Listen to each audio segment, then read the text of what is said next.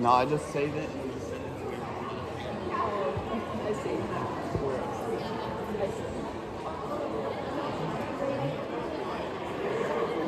Elena! I think it's good.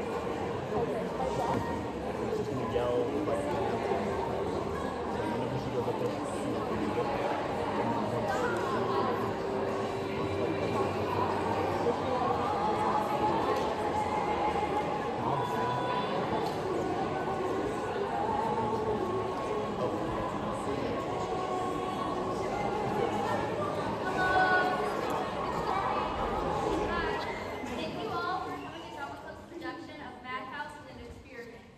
We would like to ask that all cell phones be silenced and all flash photography be turned off. Students have worked really hard and we are very happy for you guys to see the Experiment and Madhouse. Thank you.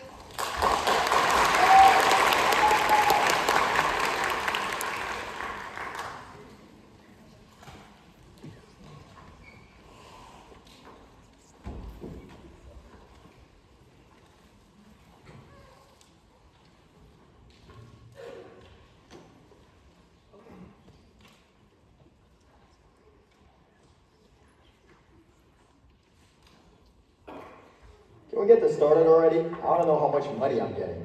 Russell, need I remind you it took your father 75 years to build the fortune you're so desperate to get your greedy little hands on?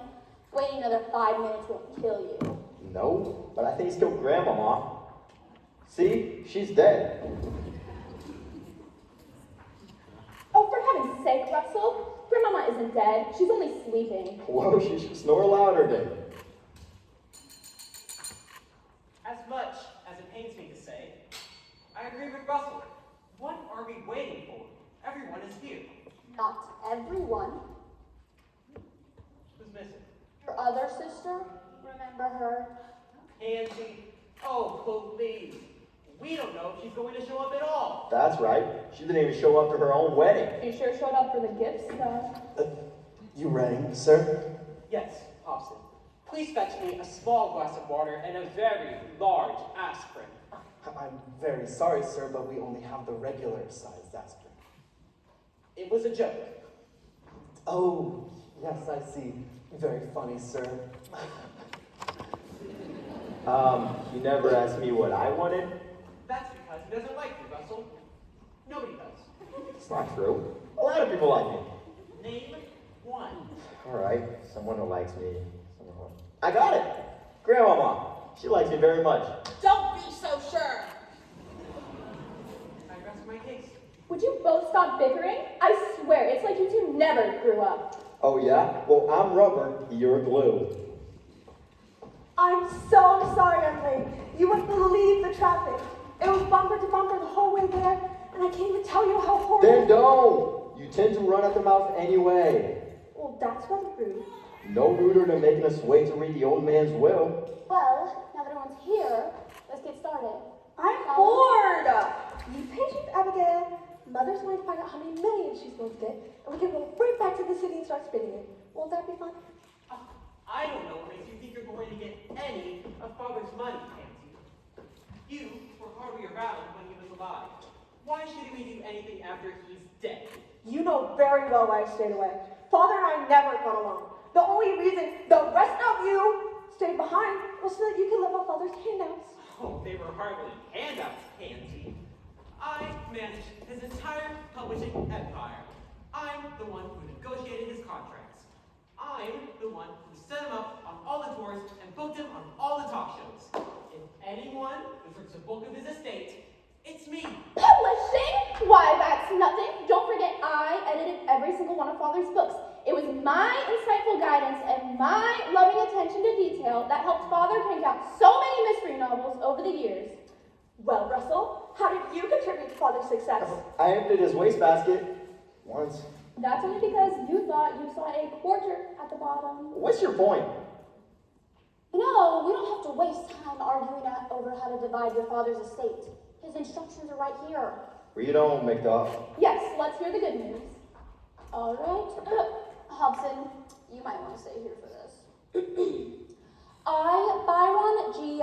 Pembroke, being of sound mind That's debatable. and body, would like to take this opportunity to express my grave disappointment with each of you, the members of my immediate but all too needy family. Not one of you has lived up to my admittedly high expectations for you. As you well know, I spared no expense in making sure you received every advantage in life. Fine clothes, travel, the best educations. And what did you do with them? Nothing. I suppose a kinder man might halt there, but I did not get where I am by holding back. Oh no, honesty has always been my hallmark. Therefore, let me lay out in excruciating detail the many ways in which you disappointed me. Let me start with Gerald, my firstborn child. You were blessed with a sharp mind and observant eye, always seeing things nobody else saw. You could have been a great scientist or engineer, but instead, you became an accountant, learning how to cook the books you could steal from me without my finding out. Well, I found out. Is this true, Gerald? Oh, please. Father never knew what he was talking about. Judith, my secondborn, you were so imaginative with an extensive vocabulary and a strong grasp of language. Of all my children, you were the most likely to fall in my footsteps. You were too lazy to write your own books, you decided to tinker with mine. You drove me half mad with your endless notes. In fact, if it hadn't been for you, I probably could have written another 10 books. So much for your insightful guidance. Oh, shut up! Pansy, my third child. Growing up, you were so inquisitive and had a strong sense of fairness. You dreamed of becoming a great lawyer, but you just couldn't hack it. After you failed to get into Harvard, you threw it all away, giving up your passion for justice to become a bubble-headed socialite. What a waste. Ooh, burn. Your turn is coming, little brother! This leads me to Russell, the youngest. You turned out to be the biggest disappointment of all. Yay, I'm number one. You always had a restless mind, one that refused to be put in a box. I suppose that might be useful in some fields, but you never even tried to apply yourself. You had no skills, no passion, not even a passing interest in anything. Your life was destined to end in ruin, degradation, and failure. The one bright spot in all of this is that I won't be around to see it. Ouch! I've heard worse. Of course, the one exception is my mother, your grandmama. She was, quite simply, the greatest mother a boy could ask for. She made our home a happy one, a place filled with love and laughter. I would prefer to leave my entire fortune to her if she's still alive when my will is read. Grandmama, you still with us? Unfortunately, she would only divide the estate among the four of you when she passes on. She was always too soft-hearted that way. No, I want to make sure the fortune I spent my entire life building goes to the right person, the person most worthy of receiving it. Therefore, I've devised a little puzzle. Excuse me? What does he mean, a puzzle? I'm getting to that. I've liquidated my entire fortune and used the proceeds to purchase one item worth $84 million and hidden it somewhere in this house. As I made clear, none of you truly deserves the fortune I built, but through cleverness and ingenuity, one of you, whether family, friend, or stranger, may manage to find this item, and in doing so, prove yourself more deserving than the rest. What? Let me see that. Sorry, no one can see the will until after probate. This is ridiculous. That may be, however, it is also the law. Are there any clues about the treasure? Where it might be located, or what form it might take? No, nothing. That's all he wrote. I'm confused. He said family, friend, or stranger. What does that mean? Anyone can inherit it. All they must do is find it. Well, we don't have to worry about any strangers finding it. There are only the four of us here. 5? 6 with Hobson. Don't be absurd. Hobson can't inherit father's estate. Oh, the will is quite clear on that point. Finders keepers, losers weepers. What law school did you go to? Tried State? I can assure you I have no interest in Mr. Pembroke's wealth. It's been honor enough to serve him so many years. Good man, Hobson. Being forced to compete for father's fortune? This is the worst thing to happen to our family since that expose in the New Yorker. I don't know if I go that far. Did you actually read it, Pansy? It was brutal. Indeed, it made the lot of us look like manipulative, money-grubbing monsters. Much like father's will. Well, I, for one, refuse to indulge in father's eccentricities. Just because his readers like to solve puzzles he defies doesn't mean we need to. So you're not going to look for the treasure, Gerald? Of course, I'm not. I'm going to look for something much more valuable. A lawyer who will contest the will in court. I'm afraid the will is airtight. I should know. With I a crayon, know no doubt. it.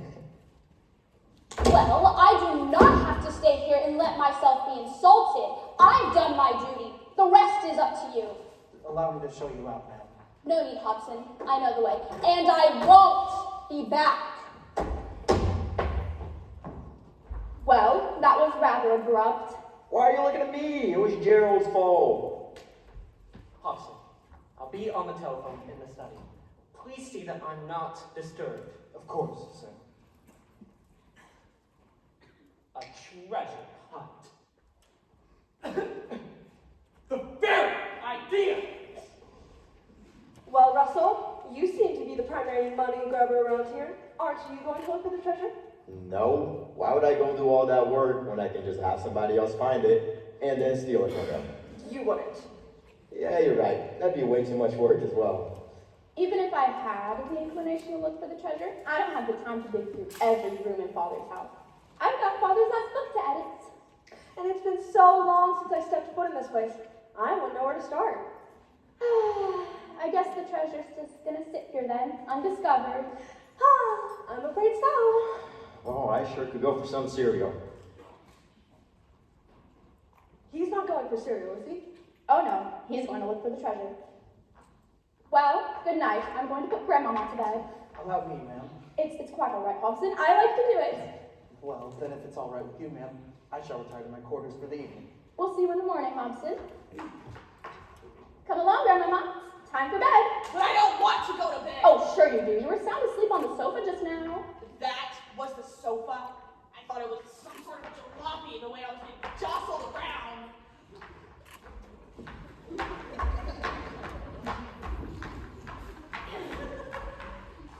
Well, Abigail, are you ready to look for the treasure? You bet. Where do you think Grandfather hid it?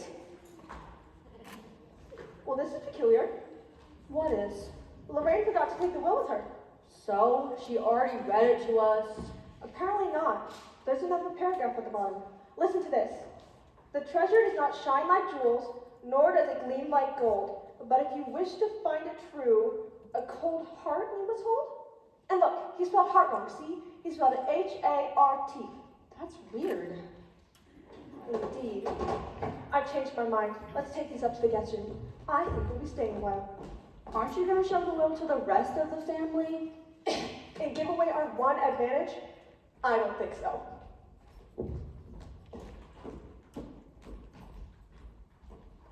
Well, it's about time. I thought they'd never leave. Now, let's approach this lodging. There are 26 rooms in this house, in which will Father hid the treasure. I know, it must be in Father's library. There are a ton of hiding places there. Now think, Judith. Father must have left a clue to the treasure in one of his books. But which one? I've got it! diamonds behind the bread box. That must mean that father left a clue to the treasure in the kitchen, behind the bread box.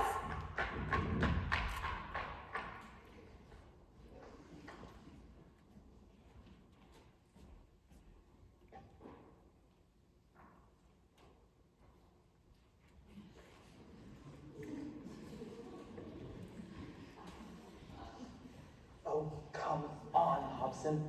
You've known Mr. Pembroke longer than anyone. There's only one place the treasure could be hidden, and that would be the... Oh, for heaven's sake! Who could it be at this hour? May I help you? Look at this place, George. Isn't it just a dream? Oh, it's more than a dream, Harriet. It's an absolute vision. This is exactly how I imagined it, ominous and spooky. That's why I'm supposed to become at night. Spooky indeed. In fact, some might call it sinister or macabre.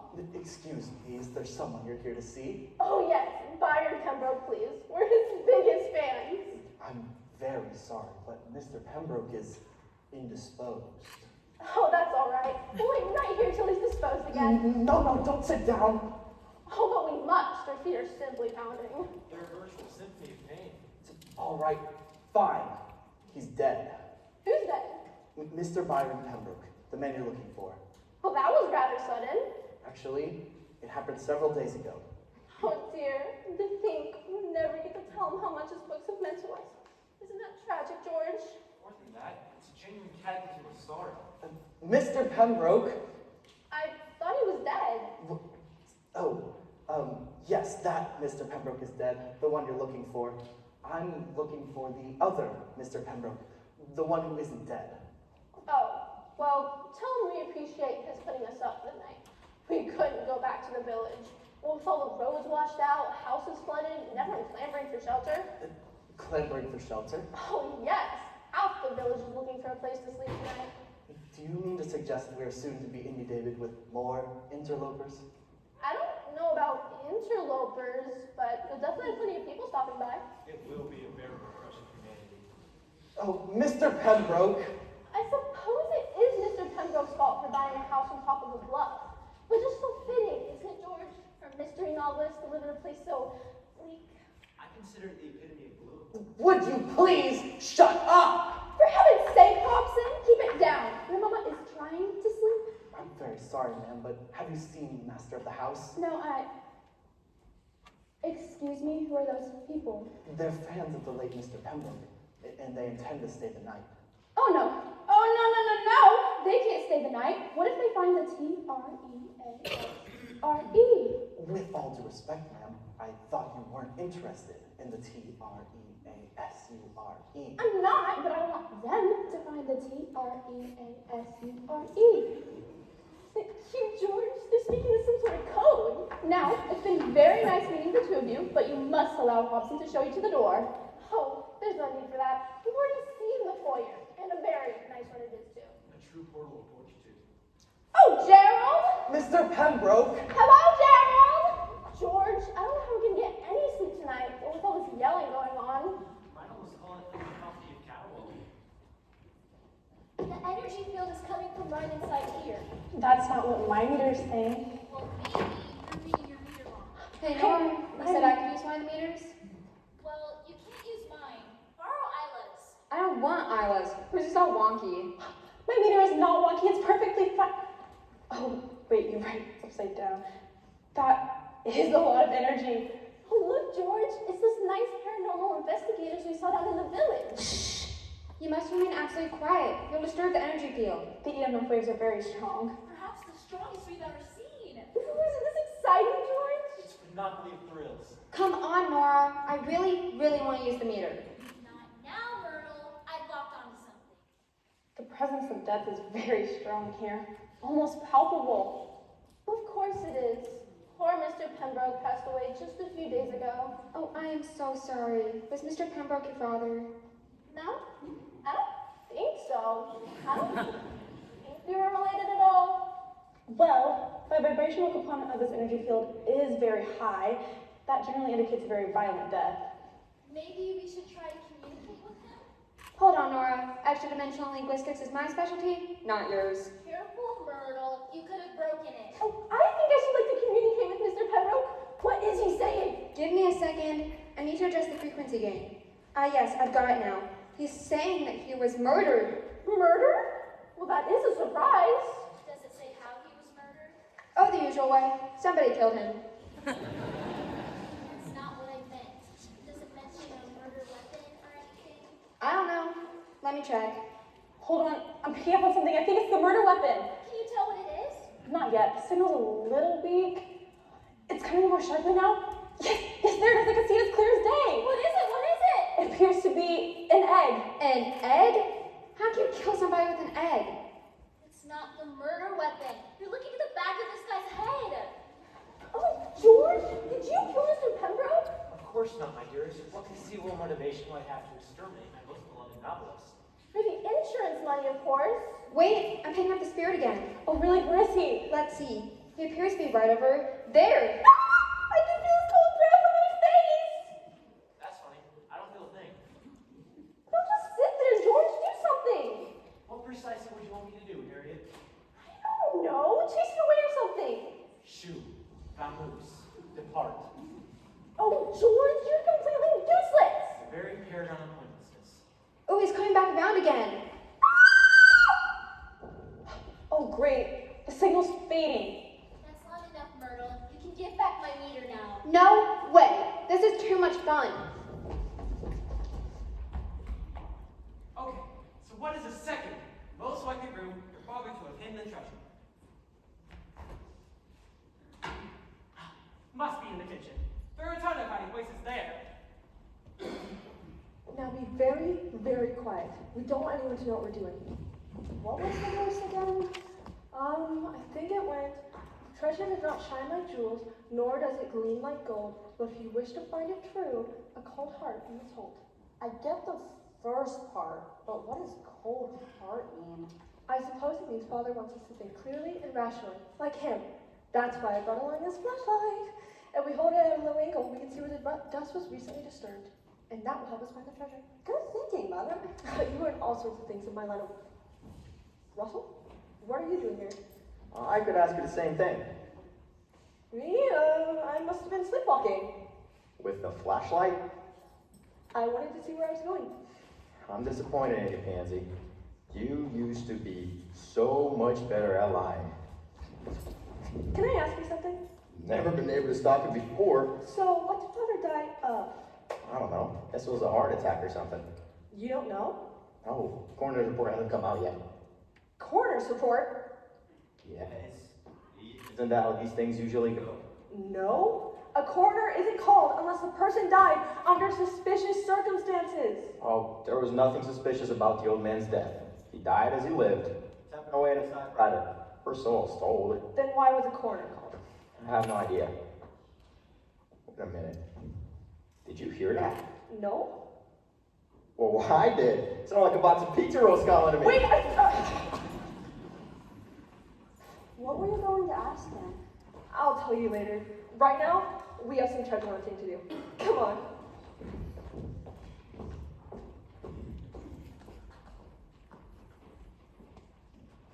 Wow, Snake, just look at this place. I ain't never been in a place this fancy before. Now remember, everybody's probably down in the basement hiding from the storm. So we gotta act fast. They can come upstairs any minute now. Sure thing, Snake. What are you doing? I'm posting something for my Instagram account. What Instagram account? The Thieving Live. I just launched it. Why would you do a thing like that?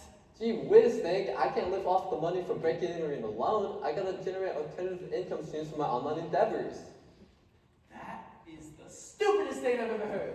If you post what you're stealing online, the cops are gonna see it and know you stole it. Don't worry about that. I figured out a way to prevent cops from knowing who I am. Oh yeah? And how are you gonna do that? I posted under your name. Great, now you're gonna arrest me. How'd they do that? You didn't post nothing. Just forget it. We don't have much time.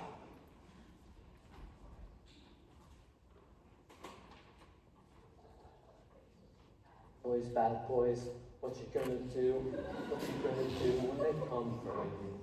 Bad boys, what you gonna do? What you gonna do when they come for you? Now what are you doing? I'm gonna put this stylish looking lamp in my bag. Don't waste your time with big stuff like that. Why? What's wrong with lamps? Lamps are cheap. If you want to be a successful burglar, you gotta get the valuables like watches and jewelry, not lamps. Lamps are a dime a dozen. Wow, you're right. That is cheap. Now, hurry up, would you? I want anyone bursting in on this. This is Katie Wong with Eyewitness News. Oh, jeez. Cut. What's the matter? The image is too dark. I need to adjust the lighting. Drew, what are you doing? It's called working miracles, honey. Your pores look like the craters of Jupiter. Jupiter's not a crater. It's a big giant ball of gas. You're a giant ball of gas. We'll make it quick. You can't rush miracles, honey. In 3, 2, 1. Hi, this is Katie Wong with Eyewitness News. I'm here at the scene of the flood, and I have to say, the sight of this devastation is heartbreaking. This is just one of many abandoned houses by desperate residents seeking to escape the ravages of the storm. The front door is left wide open. Cut. Drew, please. This is gonna take more than a miracle, honey. This is gonna take full-blown magic. It's too dark. We're going to need more light. Drew, Would you be a sweetheart and go turn that light on over there? you did not just ask me that. What? You don't know how to turn it on? Please, I'm an artist, not an electrician. And I'm an award-winning journalist, but I'll be the one to turn it on. What happened to the lamp? Don't ask me, I'm not the award-winning journalist. Never mind, I had the lens cap on. You've got to be kidding me. No, really. I believe you. Are you ready now? Just give me a minute. I'll give you 2 seconds. And 1. Hi, this is Katie Wong with Eyewitness News. This is just one of many abandoned houses by residents escaping the storm. As you can see, the front door is left wide open and there's not a soul inside. Cut! Alex, one more interruption, I'm going to send you back to covering toddler pageants. Ooh, can I do those? I just love their little attitudes. They're so sassy. I was right the first time. It is still too dark. Drew, your turn. I did not get paid enough for this job. The lamp, it's alive! Gee, thanks. That's the nicest thing anyone has ever said to me. Hey, look, there's another one over there. Sorry, we was just taking a little nap. We need to get out of here. You're ruining our shot. Wait, we could use them for a quick stand-up interview. We ought to get going. Not a chance. This is real-life drama, an inspiring story of hope against insurmountable odds. And a chance to bury those losers at Daily News Now. In 3, 2, 1. Hi, this is Katie Wong with Eyewitness News. I'm here with 2 survivors of the floods, and I found them wandering the halls of this mansion in a daze. Their strength weak, appearance sick. Oh no, he always thinks like that. So, this is your home? Oh yeah, we've lived here for, how many years have we lived here for, Snake? A bunch. Yeah, a whole bunch of years. That's funny, because you don't look like you could afford a place like this. Oh, you'll be surprised how much you can make on a line of work. And what is your line of work? Asset redistribution. So, what were you doing when the storm hit? We was up here chasing the neighborhood. What it means is we were checking out the fine real estate options in the area. Did you find anything worth investing in? Yeah, finger bags. So you don't even know about these. What are you doing in our house? And that's a cue to leave. Hi, I'm Katie Wong with Eyewitness. I know who you are, but I don't know if my entire TV news team is in our house. Your house. But these gentlemen just said this was their house. You mean the 2 gentlemen who just snuck out? Wait, what? Oh. You are not getting away from a I didn't ask you to be here, you know.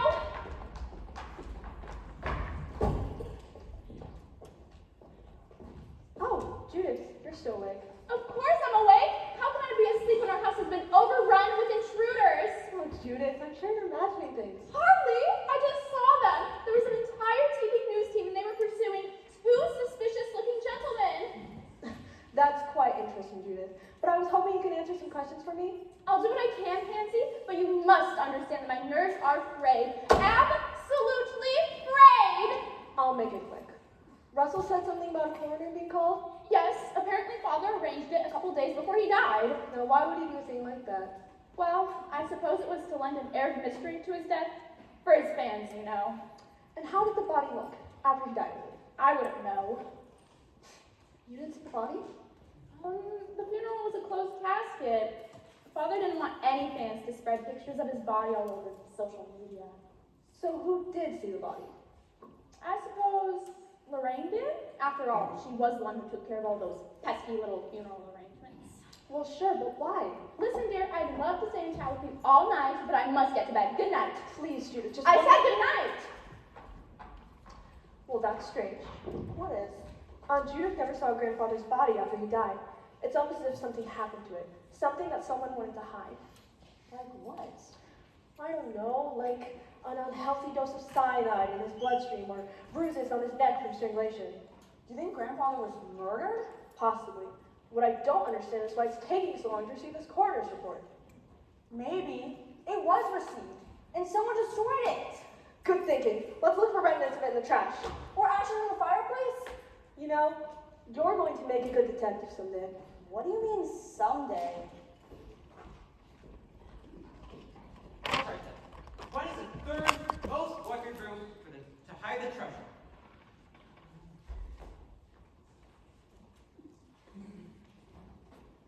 Could father have hidden it in the bathroom? He did spend an inordinate amount of time there. But soft, what light from yonder window breaks? It is the east, and Juliet is the dawn. The word is sun, not dawn. It is the east, and Juliet is the sun.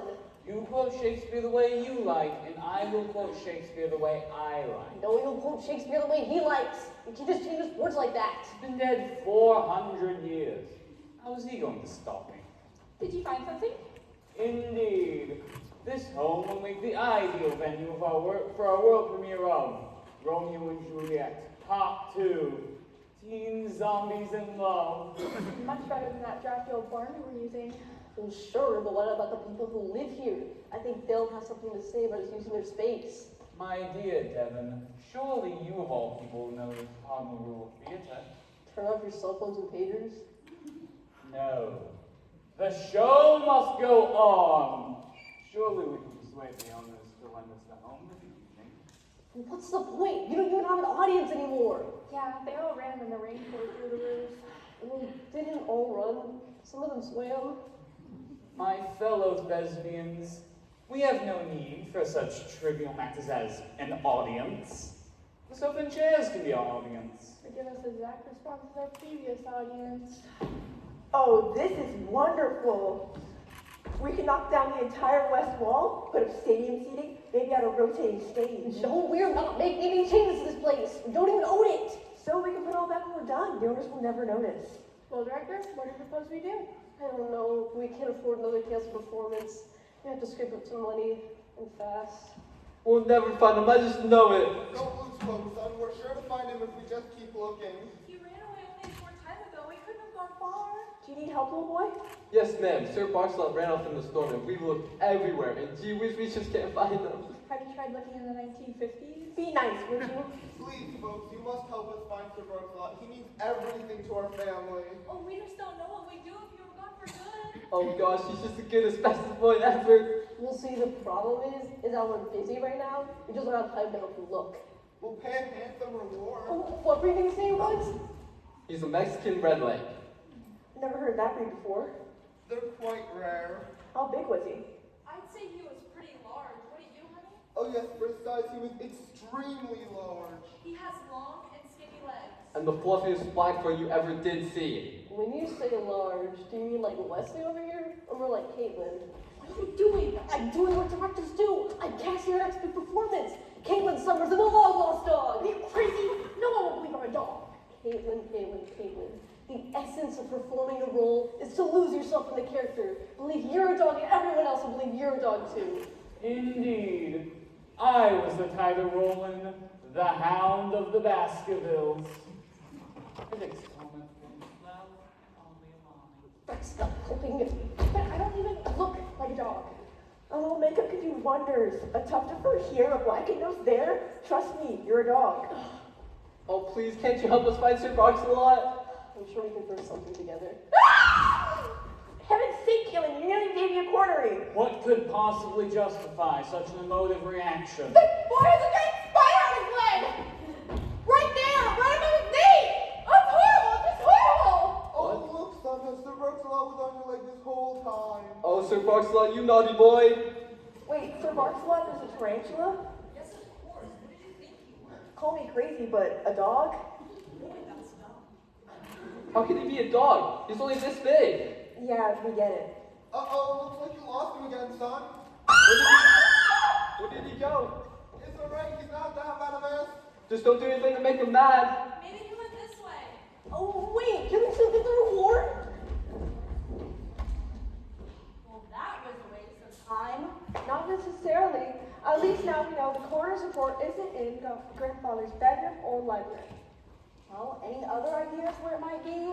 We could look in the trash bin behind the house. Ronnie! Is that you? Grandma, what are you doing up? I'm looking for Ronnie. Have you seen him? Ronnie? Who's Ronnie? It was your grandma's nickname for your grandfather. It's short for Byron. Doesn't she know me?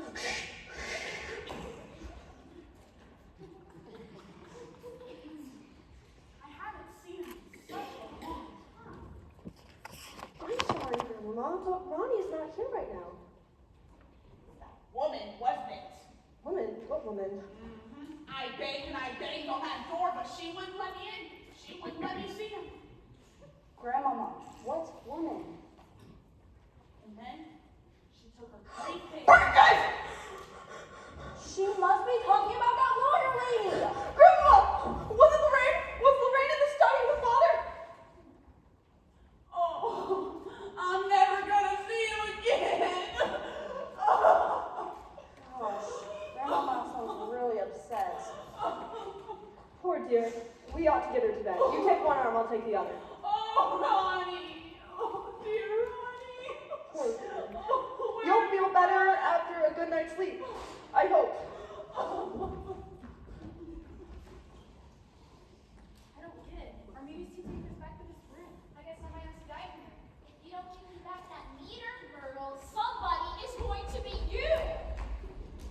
This mansion, once a bastion of despair, is now a symbol of hope as many wayward travelers find sanctuary within its walls.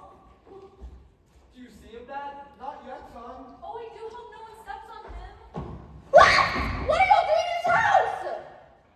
In a surprising development, yet another mysterious figure arrives to lay claim to the estate. Get out, all of you! This is private property! Like a modern-day Scrooge, this woman is completely oblivious to the plight of unfortunate souls who found refuge in her home. Oh, do shut up! So it's true what they say. The criminal does return to the scene of the crime. Criminal? Scene of the crime? Really, Nancy, I have no idea what you're talking about. Oh, really? Or perhaps you could explain why Father called for a coroner to investigate his death days before he died, and why the coroner's report has been delayed, possibly even destroyed, and why you were the last person to see the body. Wait a minute, are you accusing me of murder? Me? Not at all. No, it's the facts of the case that accuse you. Well, I've got the perfect alibi. I was in Chicago with Gerald when your father died. What? It's true, Pansy. We were negotiating a new contract with Father's publisher. But... What about you, Pansy? Where's your alibi? I was in New York the night Father died. Can you prove that? I can. She took me to the Metropolitan that night. I still have the tickets. Oh, I don't know. Maybe the two of you snuck out of the opera early, traveled here incognito, climbed in through an open window, and strangled Byron in his sleep. You do have unusually strong hands, Pansy. Well, what about you, Russell? You had the most to gain from our father's death. Warning you, Pansy, don't go there. Well, why not? You could hardly think for yourself. You needed Father's money just to survive. Russell did seem unusually eager to read the will. I wouldn't talk, Gerald. Just what do you mean by that? Come on. It's obvious you're the most likely culprit. You knew Father was going to go public with the embezzling, and you did away with him before he could have you arrested. That's a lie! I tell you, a bold-faced lie! I don't know, Gerald. I believe Father before I believe you. What about you, Judith? What about me? Well, the culprit is always the one you least suspect, and that would be you. Ah, but you're forgetting even someone less likely than me. And who might that be? It wasn't me! I knew this would happen. I knew you'd all start attacking each other like the cold-blooded vipers you are. You're right, Lorraine. We're behaving dreadfully. Worse than dreadfully, for behaving like children. Hey! I wish Father never started this Finders Keepers game with $84 million hidden in his house! And what now? $84 million? Finders keepers? Woohoo! I'm going to find words. No, you're not. I am. It's a madhouse here at Pembroke Mansion as the refugees have been given a chance of a lifetime. A chance to uncover $84 million. What am I doing? That's not really mine. You just had to open your big mouth. Sorry!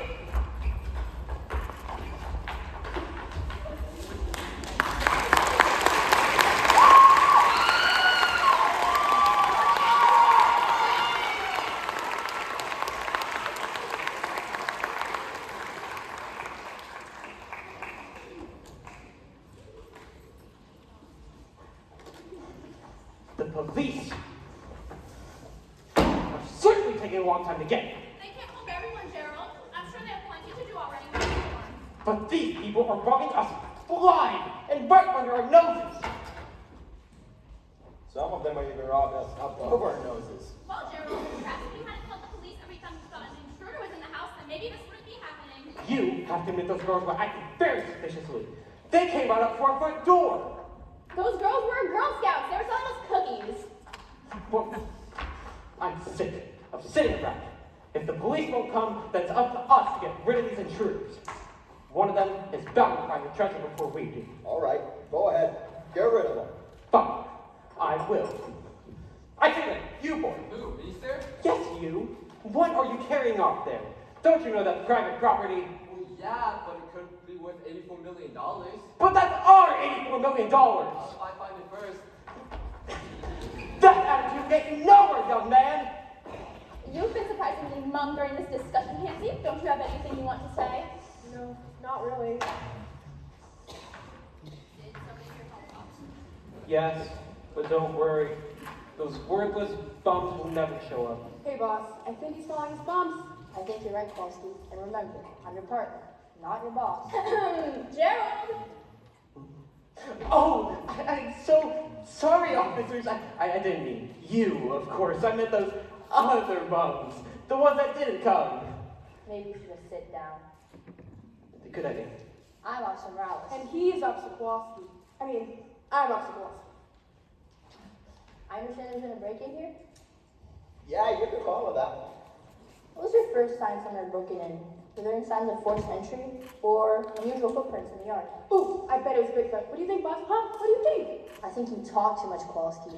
And I'm still your partner, not your boss. Actually, the very first clue we were broken into were the random horde of strangers just occupying our house. And how many would you estimate that to be? Let's see. 1, 2, 3. Hey, stop moving around. You're making it hard to count. Wait, you mean some of the intruders are still here? No, I mean all the intruders are still here. Oh, I thought you were having a party. A really bad party. Even a really bad party would be way better than this. Well, have you tried to get rid of them? Oh, we've tried. Believe me, officer, we've tried. Well, why didn't they leave? I don't know. Maybe because our father hid an object worth $84 million in this house, and they all hope to find it first. Did you say $84 million? Yes, it's the entire fortune left by our father. The old fool decided to make a game out of it. Rather lamented, if you ask me. Interesting. Very interesting. And what did you say this object looks like? We didn't, actually. It could be anything. A diamond ring, perhaps, or a very rare book. You ever seen anything like this, Kowalski? Well, there was that one episode of Brooklyn Nine-Nine. I meant in real life. No. I think we're gonna have to investigate. What do you mean investigate?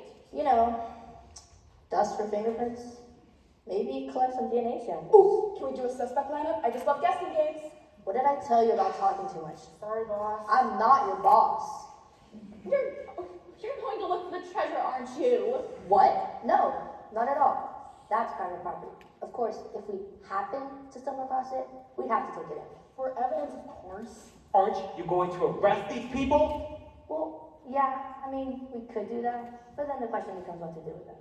We only have room in the car for a couple of birds. And besides, we only have one pair of handcuffs. That's because he lost the other pair. Can I help it if the lousy magician made him disappear? Oh, for heaven's sake, can't you call for backup? What? And have other cops find the treasure? Evidence? That wouldn't be professional. Yeah, you've gotta be professional. Hey, Kowalski, I think I see some evidence right over there. Does it look like it's worth $84 million, partner? I don't know yet. Let's take a look. And I'm not your partner anymore. I'm your boss. I was wrong. This isn't the worst thing that happened to our family since that expose in New York. It's 100 times worse. Do you really believe that, Gerald? Oh yes. Father's little gang have destroyed any hope of comfort, or prosperity for the Pembrokes. The expose merely destroy reputations. Why do you ask? Because I wrote that expose. What? You mean you're not some bubble-headed socialite? No, that's just a role I play. A character I created so I could gain access to high society. I'm actually an investigative reporter, and I've been one for 12 years. I'm gonna be one too. This is abominable. This is contemptible. This is hilarious. Why would you do this to us? I didn't do anything to you. I merely told you how it is. That's not the point, Pansy. You made us look like manipulative, money-grubbing monsters. Well, aren't you? Just in the days that end and why.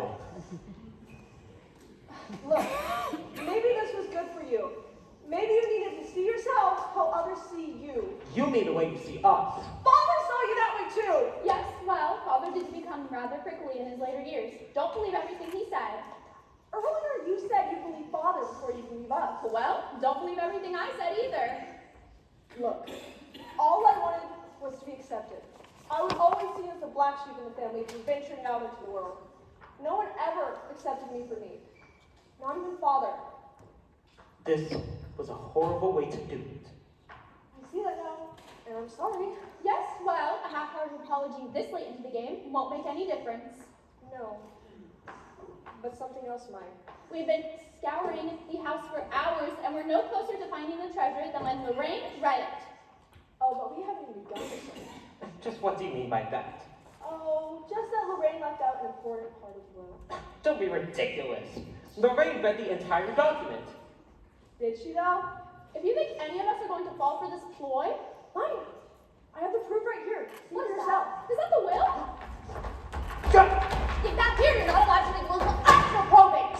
Sue me. Wait, maybe that's not the smartest thing to say to a lawyer? Pansy's right. There is something written at the bottom of the will. It's a verse. More like a riddle. It tells us how to find the treasure. You kept this a secret from us? I did. I'm sorry. We have every right to be mad at you for this, you know. Fine! Be angry! But we still have to find the treasure first. Go ahead, Russell. Read it. No! I'm warning you! This treasure does not shine like jewels, nor does it gleam like gold. But if you wish to find it true, a cold heart you must hold. He misspelled heart. Yeah, you're right. He spelled it H-A-R-T. It's not like Father to misspell words. Oh, don't you see? He didn't misspell heart at all. He spelled it H-A-R-T, as in a male red deer. How in the world do you know that? Because I read, Russell. I read books. I've heard of those. Well then, what does the verse mean by a cold heart? I don't know. Maybe like a cold deer, like in the snowy woods. All right, so what does that refer to? The painting! It shows a red deer in the snow! That's it! The treasure's in gold or jewels. It's a painting, an $84 million painting. Get it down, Russell. But be careful. We don't want to damage it. Where is this treasure they speak of? I have no idea what you're talking about. And my name isn't Tybalt, it's Hobson. A rose with any other name would smell just as strong. It's sweet. Not strong, sweet. Would everybody stop correcting me?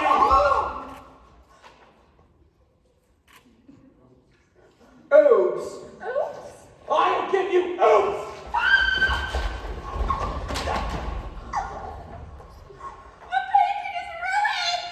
$84 million down the drain. Hobson, how could you be so careless?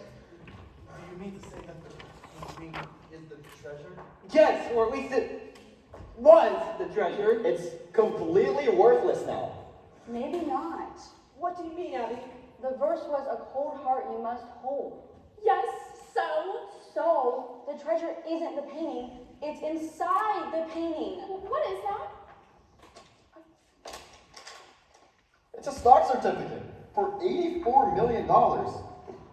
200,000 shares? Worth $84 million. We should have known it would be stock. Father was too level-headed to invest in something as easy to destroy as a painting. Well, Abigail, you did it. You found the treasure. No, we all did it. My mother first discovered the verse. Aunt Judith knew that cold heart referred to a male deer. Uncle Russell realized the cold meant snow. Uncle Joe realized that both of the pieces were in the painting. And I figured out the rest. What are you saying, Abby? I'm saying I think grandfather wanted it this way. He didn't want one of us to find the treasure. He wanted all of us to work together, work through our differences. That's why he bought exactly 2 million shares of stock to split equally among us. I gotta admit, 500,000 shares is gonna be a nice little nest egg. 400,000, you mean? What? Mother and I both played a part. We deserve our equal share. Come on, Russell. You've got to admit it's only fair. You're a manipulative little girl, you know that. I try. I like it. And so it's a happy ending here at Pembroke Mansion as a once dysfunctional family. Go No, I think we'll wrap this back up at the studio.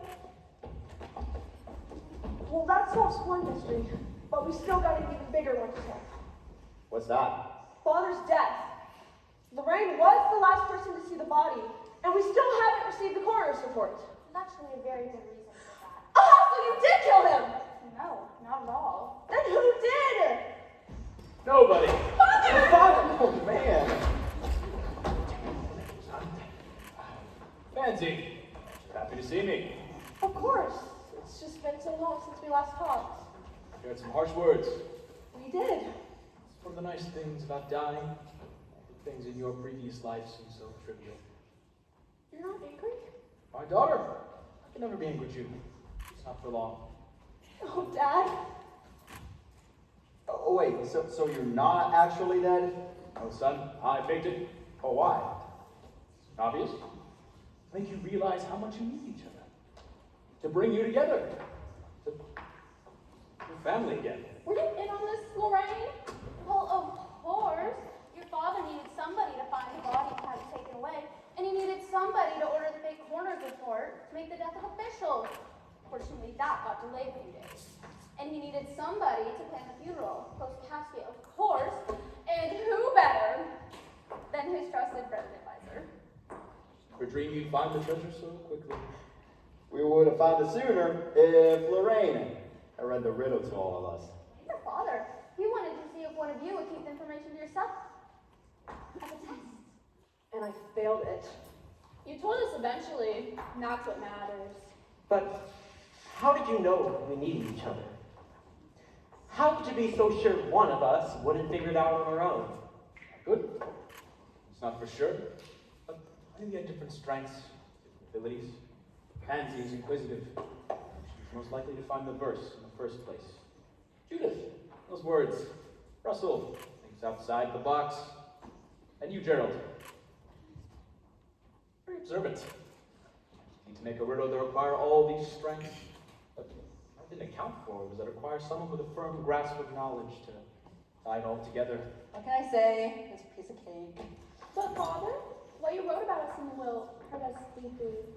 Please forgive an old novelist for one last piece of fiction. Ha! See? I told you I wasn't an embezzler. So you didn't mean what you wrote about us in the will? Well, there's a grain of truth to some of it, but you are all my children. I'm proud of each of you, Even me? especially you. Pansy? Oh, please. What has she ever done for you to be proud of? Come on! Investigative reporter, defender for truth, warrior for justice. Her words had bigger impact on the world than my silly tales. Wait, but I kept it a secret. How did you find out? My daughter, I know you're writing anywhere. Then why didn't you say something? Why didn't you? You want hiding the secret? Not me. I suppose I wanted to keep it a secret, so you wouldn't disown me after I wrote the next Jose. That little thing? Harsh reviews from book critics. Well, you certainly outwitted us all, but I'm glad you're alive. Hear, hear. Yes, indeed. Someone needs to tell the news to Grandmama. Don't worry, she already knows. Well, look, didn't we? Well, out your horns, Wobbling. You didn't know I used to be an actress, did ya? No, we did. Just didn't know you were still lucid. Listen here, little boy. My mind is sharper than yours will ever be. That's the grandmama I remember. Well, I suppose this calls for a celebration. Does this mean the treasure's been found? Yes, we all found it. Well, that is disappointing. More than that,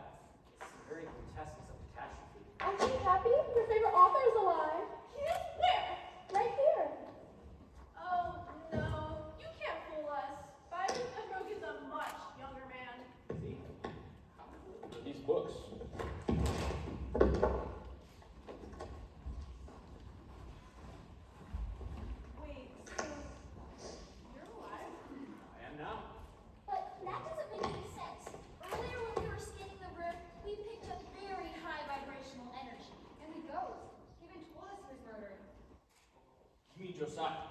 Josiah? Josiah Mad, spelled M-A-D-D-E.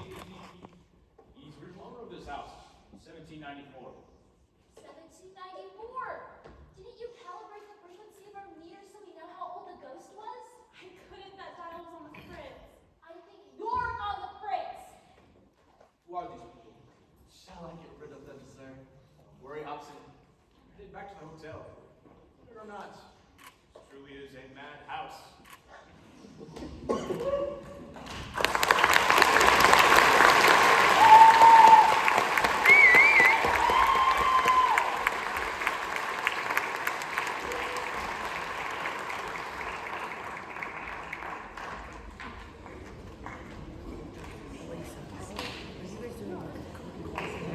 Ladies and gentlemen, please join us for a brief intermission while we get ready for the second show.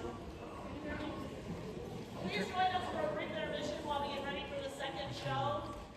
Photos are available for purchase of the cast and headshots of the kids. So we have about 15 minutes, give or take, while we set up for the next one. Thank you.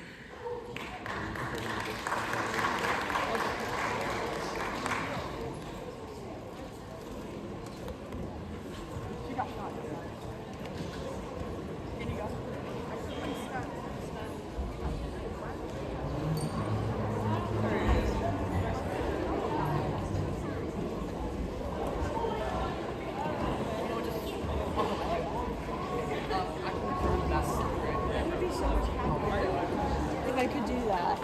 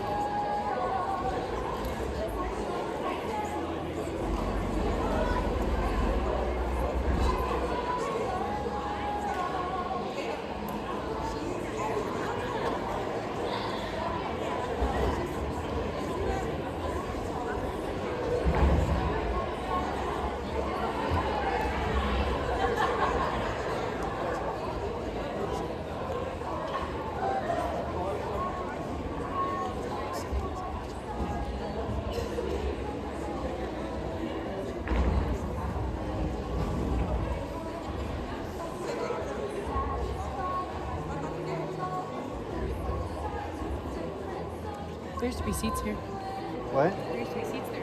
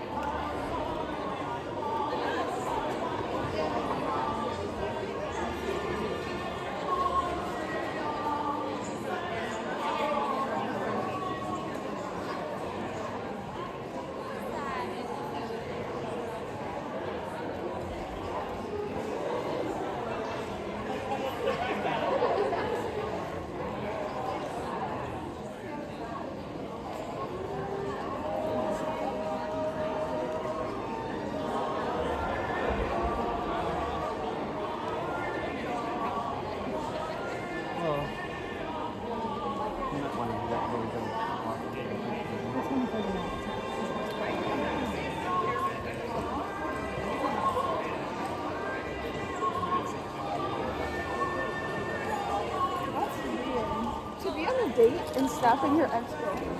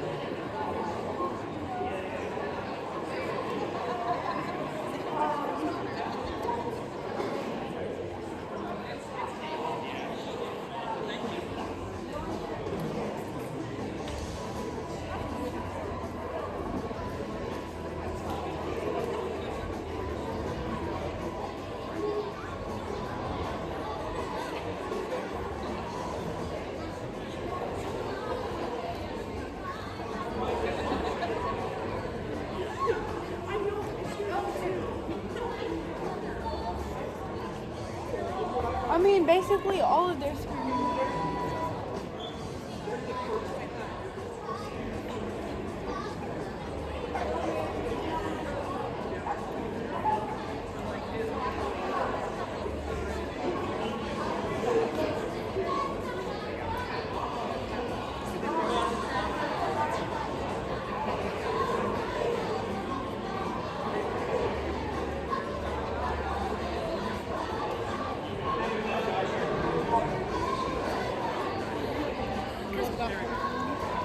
Well, if he like didn't do it.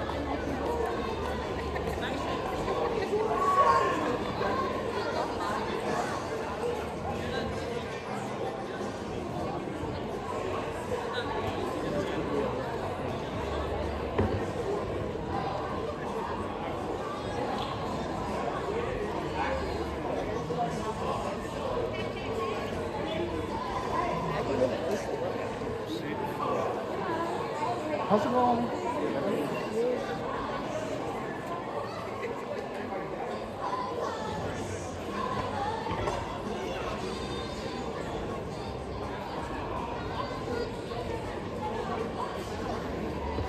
Bathroom.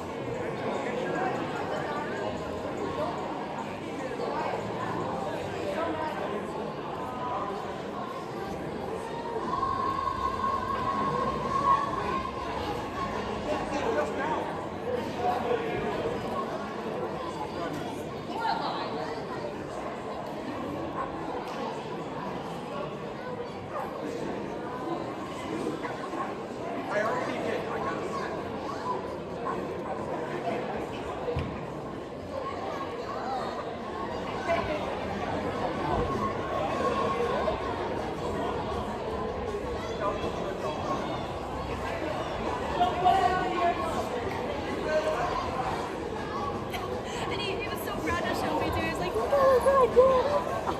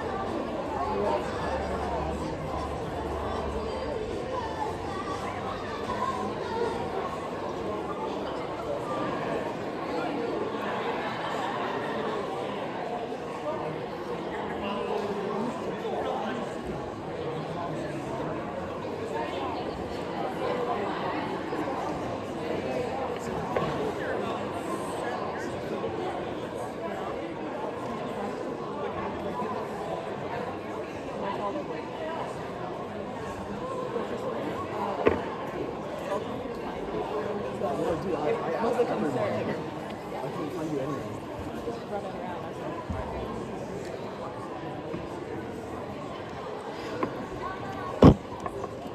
Oh, yeah. Hand me that pen. Okay. That's my bad.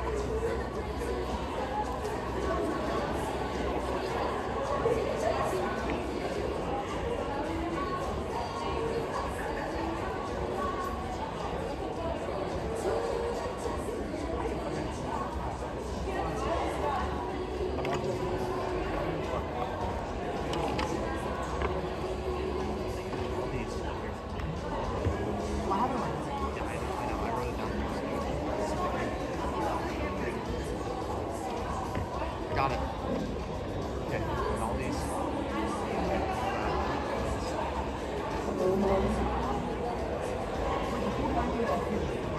Don't scratch it. Just ignore it. Just turn on the light. And We'll be starting the next show in 1 minute.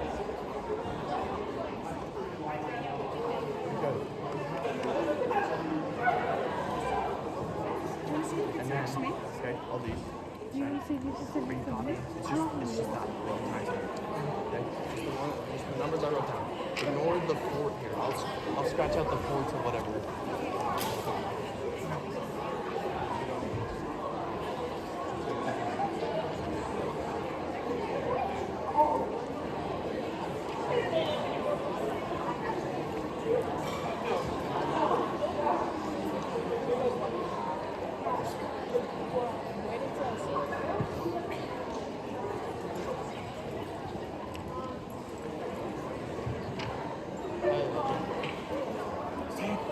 Stop!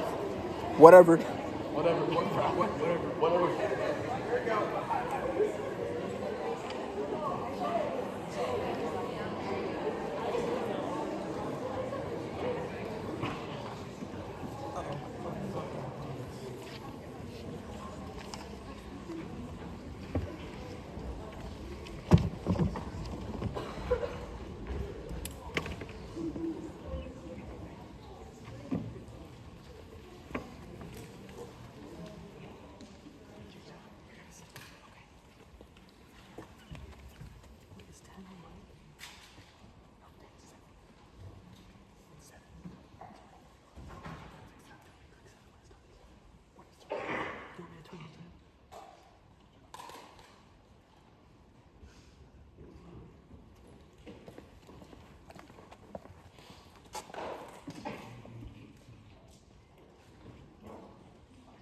Egan, do you have readings on all 5? Excellent. And the colors? Thank you. Prepare to innervate. 5, 4, 3, 2, 1. There. Take it easy. The effects of the sedative wore off pretty quickly. Where are we? I'll answer all of your questions as a group in just a few minutes. I can't remember anything. Completely normal. Just a part of the process. What process? Let's let the others wake up, and I'll answer all of your questions. My head hurts. Me too. All of the effects of the sedative. What sedative? Well, I guess you're all waking up now so we can begin. First, I'm Dr. Souls. What are you, a Dr. L? And why can't I remember anything? I can't even remember my own name. This will go faster if you don't interrupt me. I'll answer all of your questions when I'm finished, okay? As I said, I am Dr. Souls, Doctor of Behavior. I'm the principal researcher here at this facility. The 5 of you are volunteering in this experiment and are being paid to be here. But why can't we remember anything? I was just getting to that. In order for this experiment to function, you each have been given a strong memory suppressant that will last for your time during this experiment. Experiment? Yes, that is what you all willingly signed up for. Each of you are being paid to be here, and today is the day. What kind of experiment is this? The details are quite cumbersome. All you need to know is that it's an experiment in base behavior when placed under extreme duress. Extreme duress? Not nearly as bad as it sounds. Each of you have been placed here specifically, and in this together based off the core qualities of who you are. You'll notice on each of your garments, there reads one word. Princess Courageous. In your initial interview, it was determined that this was the attribute that best describes you. Cool. I'm impulsive. Yes, you are. I don't feel impulsive. Being impulsive is your most outstanding attribute, not necessarily a feeling. A person could be inherently violent, but not always feel like lashing out. I'm compassionate. That sounds nice. It sounds better than orderly. Am I like a librarian or something? No, although maybe you should have been. Excuse me. Yes, It says that I'm devious. and That's my outstanding attribute, that I'm devious. according to our assessment, But I'm not devious. nothing to get upset about. You're not the one wearing the word devious on your shirt. I guess now's a good time to explain something to you all. This experiment is designed to see if your true selves will come out when put under pressure situations. While you may have been described as courageous or compassionate or Devious. even devious, this experiment in temporarily erasing your memory is designed to see whether such behaviors are learned or part of your genetic makeup. So just because I was a compassionate person before doesn't necessarily mean I will be now? Exactly. Each coming to this game with a clean slate, which means Then I don't have to be devious. Alrighty then, let's go ahead and get started. Hold on a second. We don't know the rules. yes, the rules. Well, first, you'll notice each of you woke up in a chair. That area will be your home base and where you start each stage of this experiment. Is that important? Could be. Has been in past experiments. What are these things on our necks? It's just about to get to that. But first, and I need each of you to repeat after me. I am. At this point, you'll add your attribute, as in, I am courageous, I am compassionate. But I'm not devious. For this activity, please, just play along. And if I refuse? That would be most unfortunate, and the reason you're wearing those collars. What does that mean? Anytime any one of you do, or say anything against the rules, you will all receive a penalty administered through those collars, which you will find to be quite impossible to remove. What kind of penalty? It will be quite painful, so please, follow the rules. Now repeat after me. I am courageous, not devious. I am not devious. Can I trade with devious? I'm devious as hell. There can be no trading. Next time he says to repeat after him, do it! Please! But I'm not devious. Who cares? It's just part of the rules. Exactly. Follow the rules, and everything will be fine. So now, repeat after me. I am courageous. It is who I am and what I am. It is who I am and what I am. Again. I am courageous. It is who I am and what I am. One more time. I am courageous. It is who I am and what I am. Now, during the rest of this experiment, you'll need to say that phrase each time this bell chimes.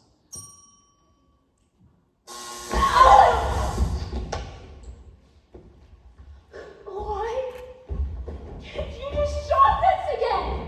Because you weren't paying attention to the rules. Anytime that bell chimes, you have to say that phrase immediately. I am courageous. During the rest of this experiment, you'll need to read the cards placed under each of your chairs. The first one is right here. This one will be read by me to start the game. The second is under that chair, but don't touch it yet. Touching your card early would be breaking the rule, and you don't want to do that, do you? The reading of this card will begin the experiment and start the first stage. Stage? This game consists of 4 stages, with each one resulting in one of you being eliminated. When there is one participant remaining, we'll have our winner, and the experiment will be over. How do you win? The rules are placed under each of the chairs, waiting to be read at the appropriate time. Good, let's get started. Now, everyone back to your chairs.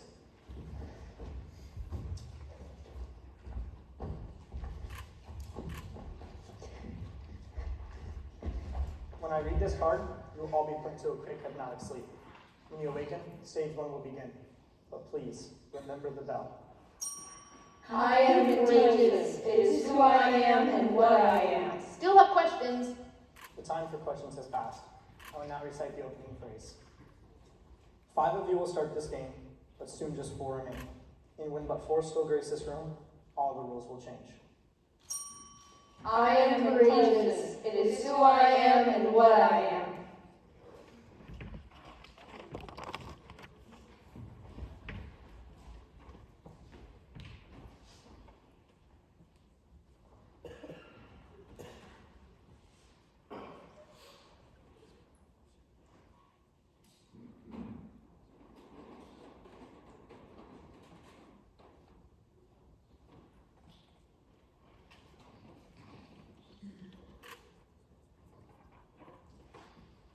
Shouldn't I be doing something?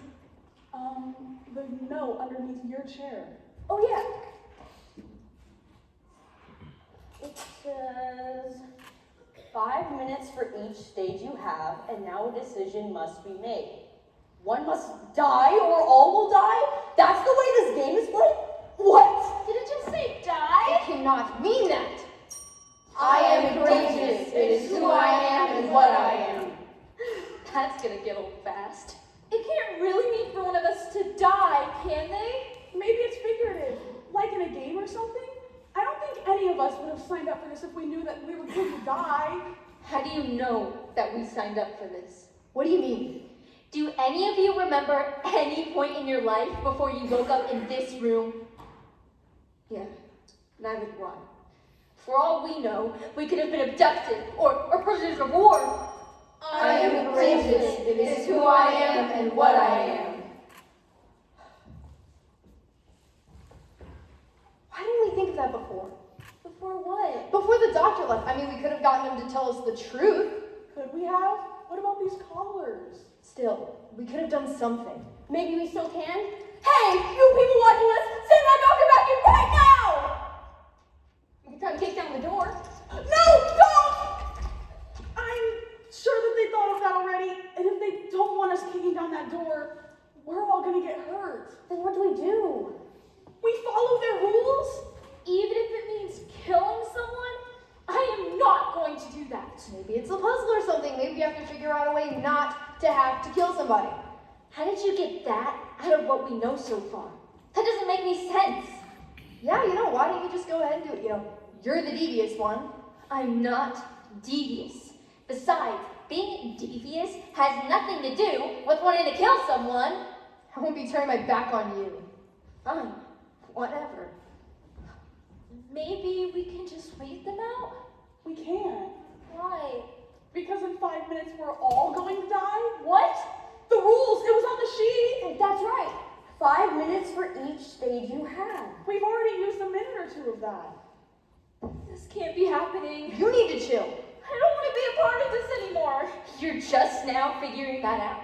You don't have to be a jerk about it. Who cares? In 5 minutes, she could be dead. Less than that. You knew what I meant. I am courageous. It is who I am and what I am. 1 minute left by now. What are we going to do? Well, I think within the next few minutes, one of us is going to kill someone else. Just saying. This cannot be happening. Saying that over and over won't make it true. I say we go kicking down the door. Callers. Well, I'm just going to wait around for someone to try and kill me.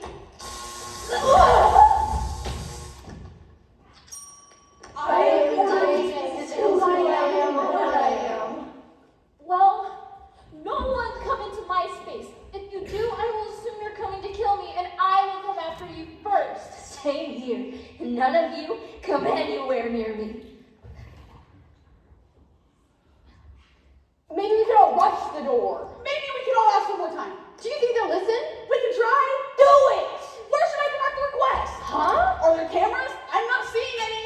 Okay, look, the door is over in my area, okay? So we should... Wait. What? There's a door above... There's a camera above the door. We're almost out of time. I'll ask! Excuse me, Dr. Souls? I don't think the rules of the game were adequately explained to us, and I think that maybe...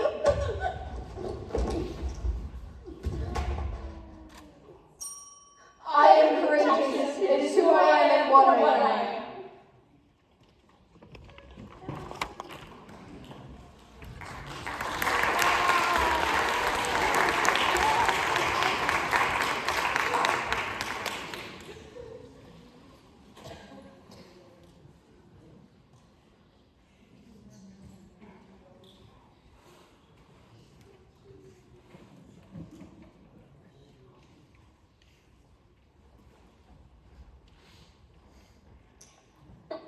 And he called me devious. Why are you all looking at me like that? Something had to be done. A decision had to be made. You killed her. I didn't want to do it, okay? I just did. Impulsiveness is my gig. We should just read the card. Oh yeah, under my chair. There's something other than a no. It's a knife.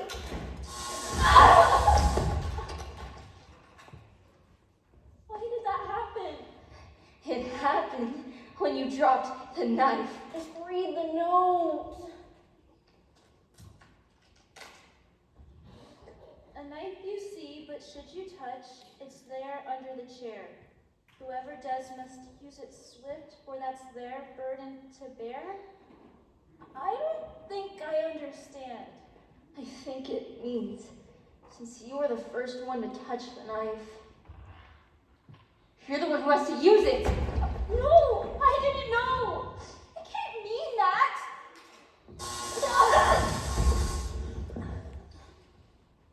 This isn't fair.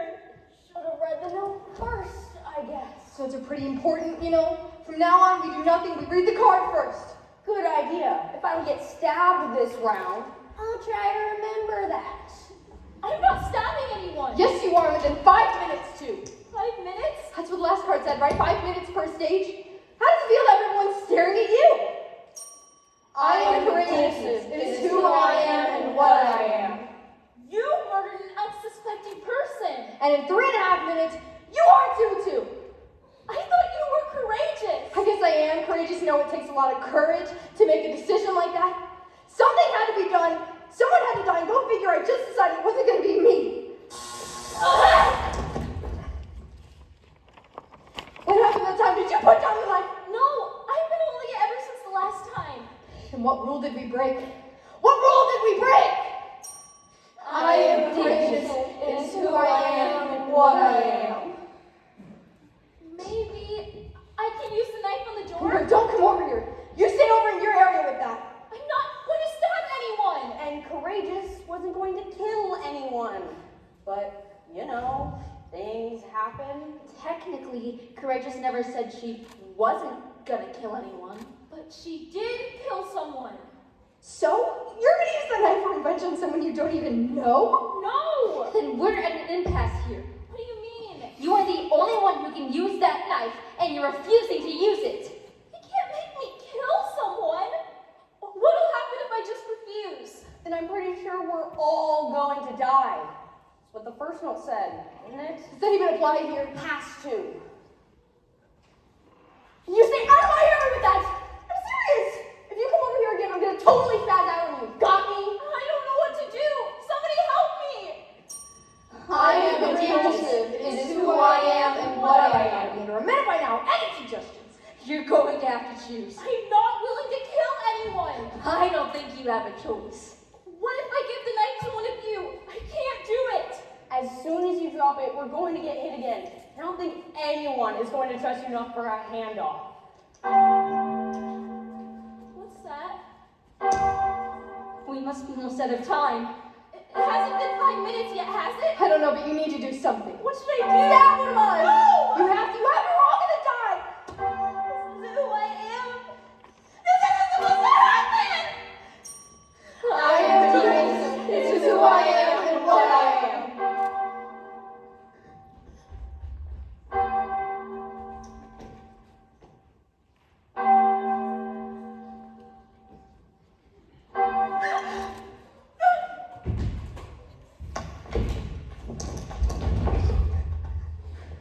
Well, that was stupid.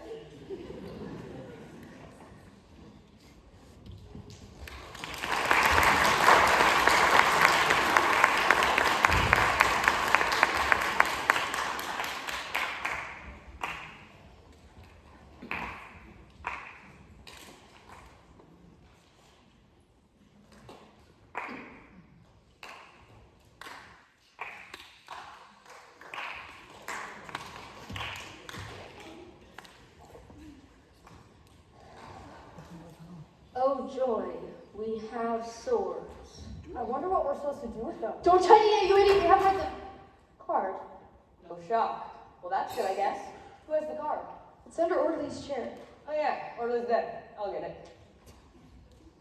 Hello. And 3 remain with swords to slay before this stage is through. So guard yourself, and perhaps you'll be among the final 2. Really put some effort into these rhymes. It's not funny. Didn't say it was. Might want to pick up that shiny thing in front of you. Makes it harder for one of us to kill you. I'm not playing their game anymore. I'm done. I am Venus. It is who I am and what I am. I see you're still playing that part of the game. You want me to stop? If you do, it sure will make figuring out which one of you I'm going to kill first a lot easier.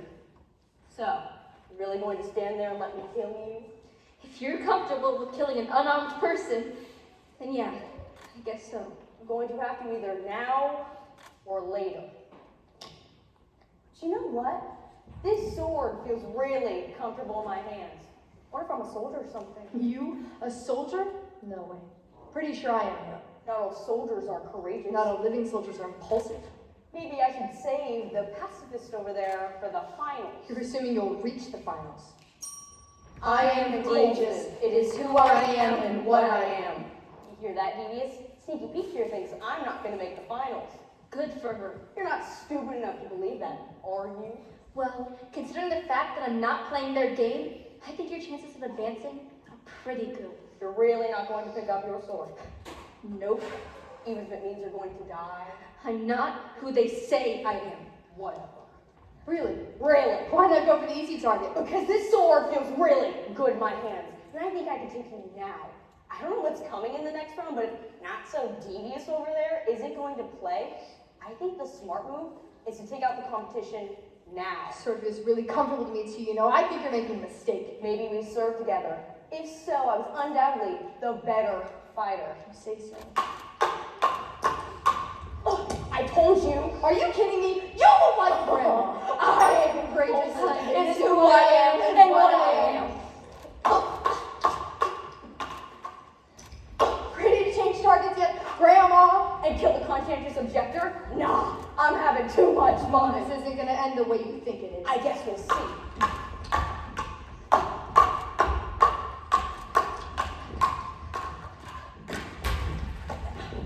You may be courageous, but you're no soldier.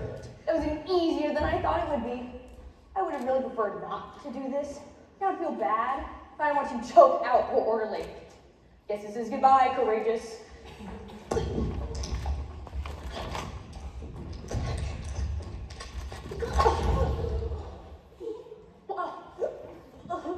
You were right. I was. Yeah, this didn't end where I thought it would. Yeah, me neither.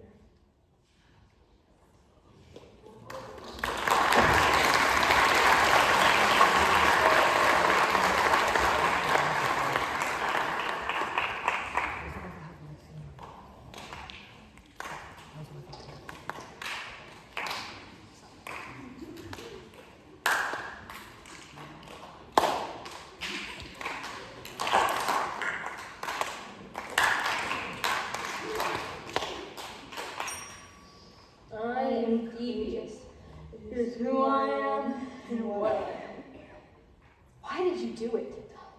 Do what? Why did you save me from Impulsive? Isn't it obvious? You think I'm an easier target? I refused to play their game, remember? Then what? I had a plan. What kind of plan? I almost have it. Just read the card. The card? Oh yeah, the card. I don't feel it. No card? No card. I don't know why. Maybe there's no card for the last stage. That doesn't make sense though. Excuse me, is there supposed to be a card here? What are we supposed to do? Well, I think we can both work together and try to make it out of here. Don't come over here. What? Only one person gets to make it out. That's the way the experiment works. Maybe. What do you mean, maybe? Just a thought. Have you noticed the lines on the floor? What lines? What are you talking about? What are you doing? Maybe one of the cards is doubled up. Dr. Souls said that there would be one card under each chair in order. But there wasn't one under your chair. I am courageous. It is who I am and what I am. The lines all meet here in the center. So it's got to mean something. I think I have a plan here. If you come near me, I will kill you. I have no doubt that you could. You're making no sense. Are you just giving up? Not at all. Just thinking. I think I can get us both out of here. Though, that's not how the experiment works. How do you know? I'm making my own plan. Plus, your name is Devious. Why should I trust you? Have I done one single devious thing? Dr. Souls said that we were starting with a clean slate. Plus, between the two of us, I'm the only one who hasn't killed anybody. You helped me kill Impulsive. Correction, I saved your life when Impulsive was trying to kill you. Well, yeah. But you still won't trust me. Well, if that's the way it's gonna be, then how are you gonna kill me? I don't know. Look at us. You can obviously take me in raw. So, if you aren't gonna listen to me, if you're not gonna take the chance that we both might walk out of here, then I guess it's over. I'm courageous. It is who I am and what I am. I would just please ask that you make it painless.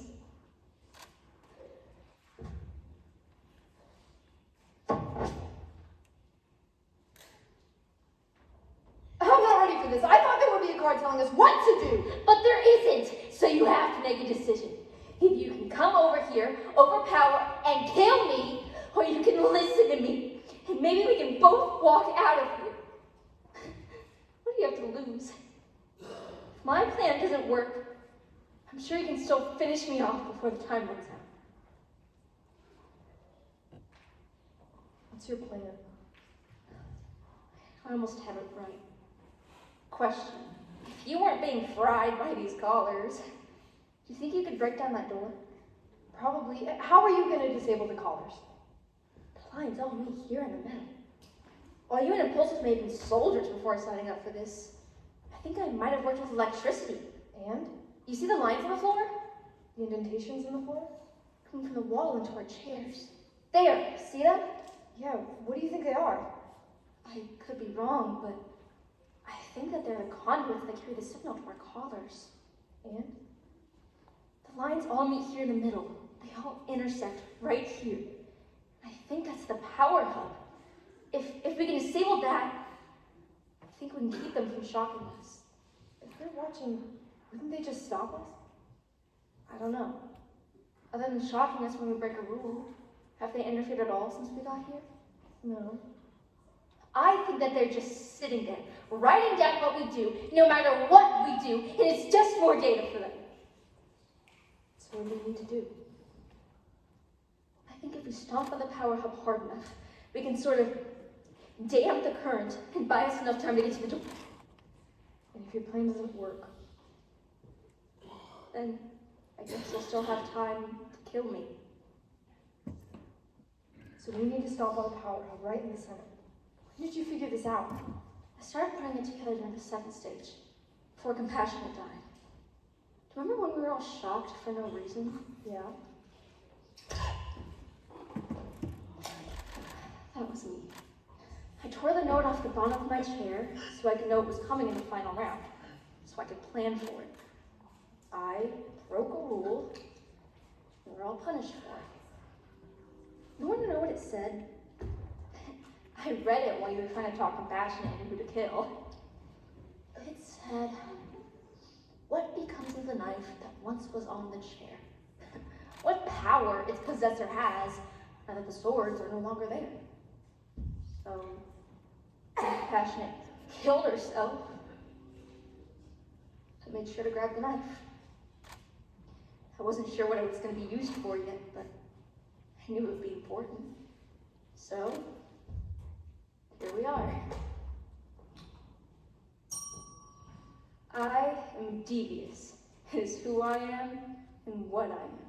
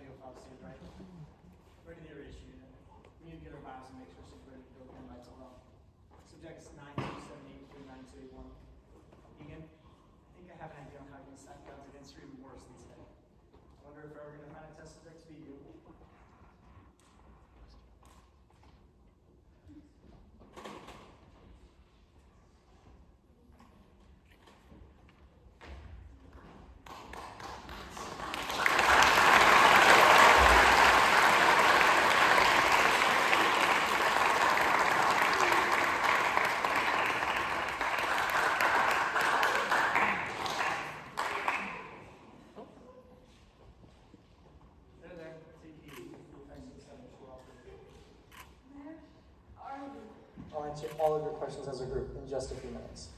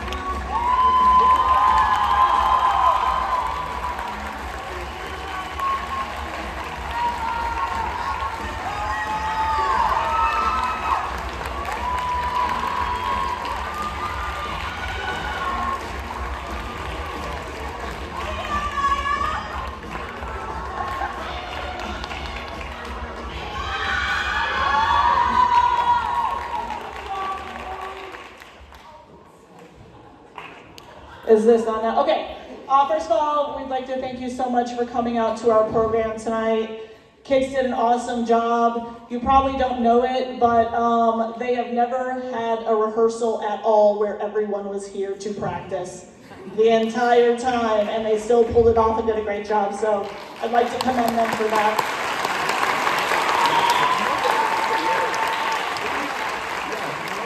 Mrs. Lewis, would you like to come up here, please? Mrs. Lewis and I have been doing this. This is my 17th year here and her 5th year, thank goodness for her. And I'm not gonna cry. We have a wonderful group of kids. I'd like to ask, first of all, Nia, Anna, Jay, Landon. Sorry, that's not even it. Claire, Lane, Ava, Gabe, and Kaylee to just step forward for a minute, if you would please. So, yeah, you can give a round of applause. So, these are seniors who have never done this before, and they were just like, hey, what the heck, it's my senior year, I'm gonna be in the drama club show, and they did an excellent, excellent job, and we are so proud and grateful that they decided to come out and be in this production, either on stage or backstage. They were phenomenal. We thank you for that so much, guys. Thank you.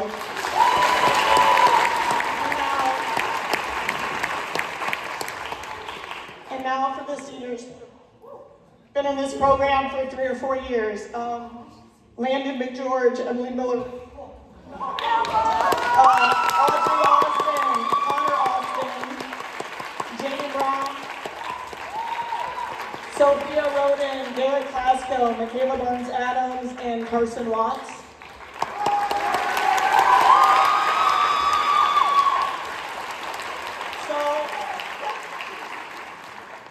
So I just want to say a few words about each of you because we just love you so much. I don't know if there's a lot or enough time to say anything about Landon. He is the nicest person you could ever meet.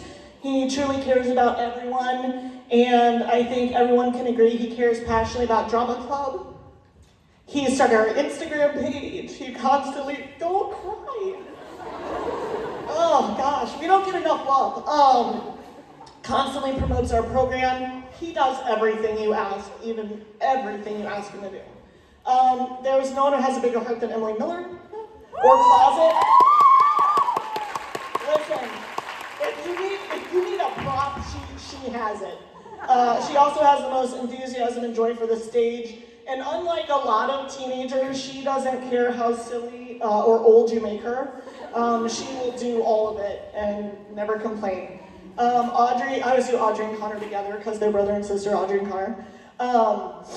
They bring the comedy every time. They're the hardest working cast members. They never ever complain about anything. Audrey is always smiling.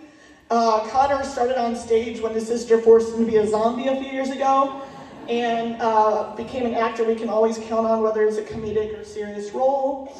Jaden has been a solid member of our cast and crew, whether it's backstage or on stage. She always helps out. Zombie to ghost hunter to whatever, she gives her utmost to every role that we have in every show. Sophia, oh man, Sophia never talks, like ever. And then you get her on stage and it's like, what the heck is happening with this person? She never looks for attention. She comes to practice, she does her job, and comes alive on stage every time. Garrett.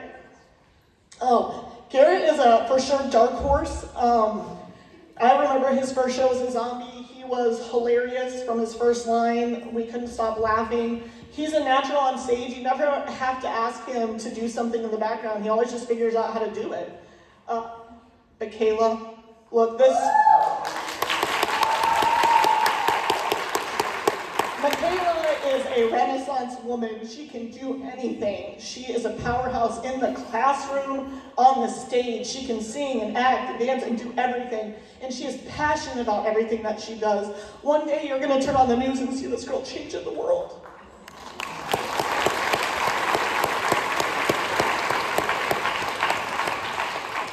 Victoria. Oh my gosh, Victoria, what can we say about you? You're another quiet one who... I'm trying. You're another quiet one who gives everything in your all to the stage. Every role that we ever give you, you bring out your best. You never hesitate to be here every single time, on time, doing everything that we ask of you, and you're amazing. Carson. Okay, last one. This is the last one. Okay, this is what Mrs. Lewis had to remind me. When Carson was a freshman, he asked us what his motivation was, and he played a zombie. And Mrs. Lewis said, "You just want to eat brains." And then he also told us his freshman year that he really wanted to do a melancholy play. Carson said he didn't have time to be in our show this year, and then said he did, and then said he didn't. And I'm so glad he decided to be in the show, because there is no one more perfect for Byron Pembroke than he was. And the best thing about Carson, he is always asking us, what do you need, what you need, what you need, what can I do for you? Just like all of you guys on stage. So we are gonna miss you immensely. And we're gonna And the last thing, Bree, can you come forward? So Bree she's a junior this year. She's been in our program for 3 years now, but like in a million other programs. She's in the Park District shows all the time. And she's another one who can sing, act, do it all. And we asked her this year, want to give her a chance to do some student directing. So she did a great job as a student director with us in Madhouse. And we are so proud of you and the job that you did this year. So we wanted to give that. Anyway. Okay. Us seniors wanted to do something special for Miss Clinton and Miss Lewis. We got